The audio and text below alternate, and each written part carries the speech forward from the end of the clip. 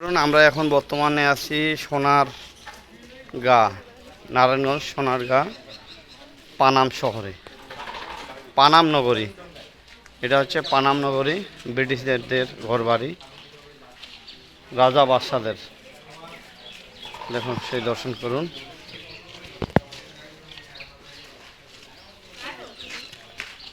এখানে বিভিন্ন পর্যটনের আনাগোনা। আমরা এই যে বারুদি থেকে 40 থেকে 50 টাকার ভাড়া অটো বাইক দিয়ে আমরা এখানে চলে আসলাম পানাম নগরীতে। এই যে দাদা আছে, ধন্যবাদ দাদাকে যে এই সাপ আছে এখন পানাম নগরীতে।